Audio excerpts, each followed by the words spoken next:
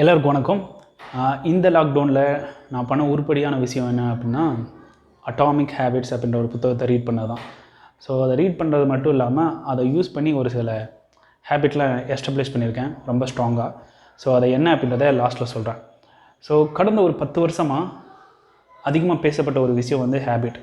நீங்கள் மெடிடேஷன் கிளாஸுக்கு போனாலும், யோகா கிளாஸுக்கு போனாலும், இல்லை ஜிம்முக்கு போனாலும், இல்லை படிக்கிறதுக்கு ஸ்கூலுக்கு போனாலுமே அதிகமாக சொல்கிறது என்ன அப்படின்னா, இந்த ஒரு விஷயத்தை நீங்கள் ஹேபிட்டாக மாற்றுங்க அப்படின்னு சொல்லுவாங்க. ஸோ அந்த ஹேபிட்டை எப்படி மாற்றுறது, அதில் என்ன பெனிஃபிட் இருக்குது அப்படின்னு நீங்கள் கேட்டிங்க அப்படின்னா, ஒரு விஷயம் நமக்கு ஹேபிட்டாக மாறிடுச்சு அப்படின்னா அந்த விஷயத்தை பண்ணுறதுக்கு அதிகமாக எனர்ஜி தேவைப்படாது.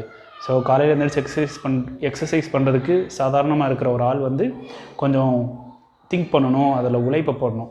ஸோ தினம் காலையில் எக்ஸசைஸ் பண்ணுற ஒருத்தருக்கு வந்து அது பெரிய கஷ்டமாக தோணாது. அவர் வந்து அசால்ட்டாக பண்ணிட்டு போவார்.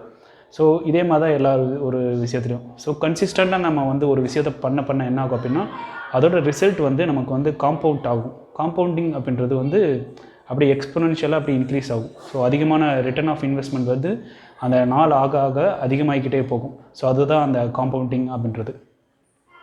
ஸோ அந்த ஹேபிட்டை வந்து எப்படி பண்ணுறது அப்படின்னு நீங்கள் கேட்டிங்க அப்படின்னா, அவங்க என்ன சொல்லுவாங்க அப்படின்னா, ஸோ நம்ம ஒவ்வொரு நாளும் நம்ம எந்திரிக்கிறப்ப நமக்கு வந்து ஒரு certain level of will power இருக்குது. ஸோ அந்த வில் பவர் வந்து காலையில் தான் அதிகமாக இருக்கும். அதனால் எந்த ஒரு விஷயத்தை நம்ம வந்து புதுசாக பண்ணணும்னு நினைக்கிறோம் அப்படின்னா அதை வந்து காலையில் பண்ணிடணும். ஸோ இந்த மாதிரி தினம் காலையில் அந்த ஒரு விஷயத்தை வில் பவர் அதிகமாக இருக்கிறப்பயே ஃபோர்ஸ் பண்ணி நீங்கள் பண்ணிங்க அப்படின்னா 21 நாள் நீங்கள் கஷ்டப்பட்டு பண்ணிங்க அப்படின்னா ஒரு 22ஆவது நாள் வந்து அது பண்ணுறது வந்து ஈஸியாகிடும். ஸோ அதுக்கப்புறம் நீங்கள் வந்து கஷ்டமே படாமல் அந்த விஷயத்தை பண்ணலாம் அப்படின்ட்டு சொல்லுவாங்க. ஆனால் இந்த அட்டாமிக் ஹேபிட்ஸை பொறுத்த வரைக்கும் இந்த ஆத்தர் என்ன சொல்கிறாரு அப்படின்னா, இந்த மாதிரி கேள்வி கேட்குறதே தப்பு அப்படின்றாரு.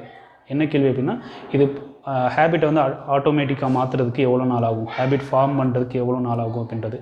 ஏன் அப்படின்னா அந்த ஹேபிட் வந்து நம்ம பண்ணுற அந்த ஆக்ஷன்ஸ் இருக்குல்ல, படிக்கிறதா இருக்கட்டும், எக்ஸசைஸ் பண்ணுறதா இருக்கட்டும், நம்ம ஏன் இது பண்ணுறோம் அப்படின்னா நம்ம லைஃப்பை இம்ப்ரூவ் பண்ணுறதுக்கு தான் இது பண்ணுறோம். ஸோ இது வந்து ஒரு லைஃப் லாங் கோலாக தான் இருக்கணுமே தவிர ஏதோ 21 நாள் கோலு இல்லைனா 60 நாள் கோலு அப்படின்னு இருக்கக்கூடாது. என்ன சொல்கிறேன்னா, habit is not a end point, it's a life long process அப்படின்றார். சரி, ஓகே, நான் வந்து ஹேபிட்ன்றது எண்ட் கோல் கிடையாது, லைஃப் லாங் பண்ணுறதுக்கு நான் ரெடியாக இருக்கிறேன். அப்படி இருந்துமே என்னால் ஒரு எக்ஸசைஸ் ஒரு 3ஆவது நாளுக்கு மேலே பண்ண முடியலையே, இல்லை படிக்கிறதுக்கு 3ஆவது நாள் தாண்டி போக முடியலையே அப்படின்னு நீங்கள் கேட்டிங்க அப்படின்னா, இதுக்கு ஒரு சிம்பிள் ஆன்சர் வச்சுருக்காரு. அது என்ன அப்படின்னா, உங்களால் முடியல அப்படின்னா நீங்கள் ஒரு தப்பான விஷயத்தை சேஞ்ச் பண்ண ட்ரை பண்ணுறீங்கன்னு அர்த்தம் அப்படின்னு சொல்கிறாரு. அது என்ன அப்படின்னா, நீங்கள் வந்து காலையில் ரீட் பண்ணுறது, ஸோ என்னால் மொதல் நாள் ரீட் பண்ணேன், 2ஆவது நாள் ரீட் பண்ணேன், 3ஆவது நாள் பண்ண முடியல அப்படின்னா நீங்கள் வந்து ரீடிங்கை வந்து கான்சன்ட்ரேட் பண்ணுறீங்க. ஸோ அது எப்போயுமே நம்ம வந்து ஒரு புக்கை ரீட் பண்ணுறது ஹேபிட் கிடையாது, புக் ரீடராக மாறுறது தான் ஹேபிட்டு. ஸோ எக்ஸசைஸ் பண்ணுறது ஹேபிட் கிடையாது, அந்த ஃபிட்னஸ் ஃப்ரீக்காக மாறுறது தான் ஹேபிட். ஸோ இந்த மாதிரி நம்மளோட ஐடென்டிட்டியை சேஞ்ச் பண்ணுவோம், நம்ம பண்ணுற ப்ராசஸை சேஞ்ச் பண்ணக்கூடாது அப்படின்றாரு. ஸோ எப்படி ஐடென்டிட்டியை சேஞ்ச் பண்ணுறது? ஸோ இதுக்கு என்ன பண்ணால் ஹேபிட் தான் பண்ணணும். அது பண்ணுறதுல ஒரு வித்தியாசம் இருக்குது. ஆக்ஷன்ஸ் தான் இதுக்கும் பண்ணணும், ஆனால் அது பண்ணுறதுல கொஞ்சம் வித்தியாசம் இருக்குது. என்ன அப்படின்னா, நம்ம வந்து ஒரு தினம் காலையில் ஒரு 20 நிமிஷம் புக்கு படிச்சிருப்போம். ஸோ அந்த 20 நிமிஷத்தை படிக்க ட்ரை பண்ணியிருப்போம். அந்த 20 நிமிஷம் படிக்கிறத 2 நிமிஷம் மாற்றணும். அதே மாதிரி எக்ஸசைஸ் பண்ணுறது 1/4 மணி நேரம் 20 நிமிஷம் பண்ணியிருப்போம், அதை 2 நிமிஷமாக மாற்றுறது. ஸோ அது 2 நிமிஷம் மாற்றுறது வந்து எல்லாருக்கும் ஈஸி. 2 நிமிஷத்தில் படித்தா நம்ம வந்து பெருசாக டயர்டாக மாட்டோம். 2 நிமிஷம் எக்ஸசைஸ் பண்ணாலும் வேர்க்க கூட செய்யாது ரொம்ப பேத்துக்கு. அந்த 2 நிமிஷம் மாற்றுறது வந்து ரொம்ப ஈஸி. ஸோ இந்த 2 நிமிஷம் வந்து நம்ம பண்ணிக்கிட்டு இருக்கணும். 1 வாரம் 2 வாரம் பண்ணணும். ஸோ 2 வாரம் கழித்து நமக்கு என்ன வரும்னா, இந்த ஒவ்வொரு 2 நிமிஷம் ஆக்ஷன் நம்ம முடிக்கிறப்ப ஒரு ஓட்டு விழுகும். அது எப்படின்னா, 2 நிமிஷம் புக் படித்தா புக் ரீடருக்கு ஒரு ஓட்டு, 2 நிமிஷம் எக்ஸசைஸ் பண்ணால் ஃபிட்னஸ் ஃப்ரீக்கு ஒரு ஓட்டு அப்படின்னு விழுகும். ஸோ அத்லெட்டிக்கு ஒரு ஓட்டு விழுகும். ஸோ இந்த மாதிரி நம்ம வந்து ஒரு வாரம் 2 வாரம் அப்படின்ட்டு நம்ம தொடர்ந்து ட்ரை பண்ணுறப்ப அது வந்து அந்த ஓட்ஸ்லாம் நம்ம அக்குமுலேட் ஆக ஓட்ஸ்லாம் அதிகமாக நம்ம வந்து ஓஹோ, Saravana is a book reader, Saravana is athletic அப்படின்ட்டு ஒரு நம்பிக்கை வரும். ஸோ இந்த ஒரு நம்பிக்கை, இந்த ஒரு உள்ளக்க மைண்ட் செட்டு மாறினதுக்கப்புறம் அது ஈஸியாக இருக்கும். ஸோ அதுக்கப்புறம் நம்ம வந்து நான் எக்ஸசைஸ் பண்ணணும் அப்படின்னு இல்லை, எக்ஸசைஸ் நான் பண்ணுவேன் அந்த மாதிரி மாறிடுவீங்க. நான் புக்கு படிக்கணும் அப்படின்றதுக்கு பதிலாக புக்கு நான் படிப்பேன்.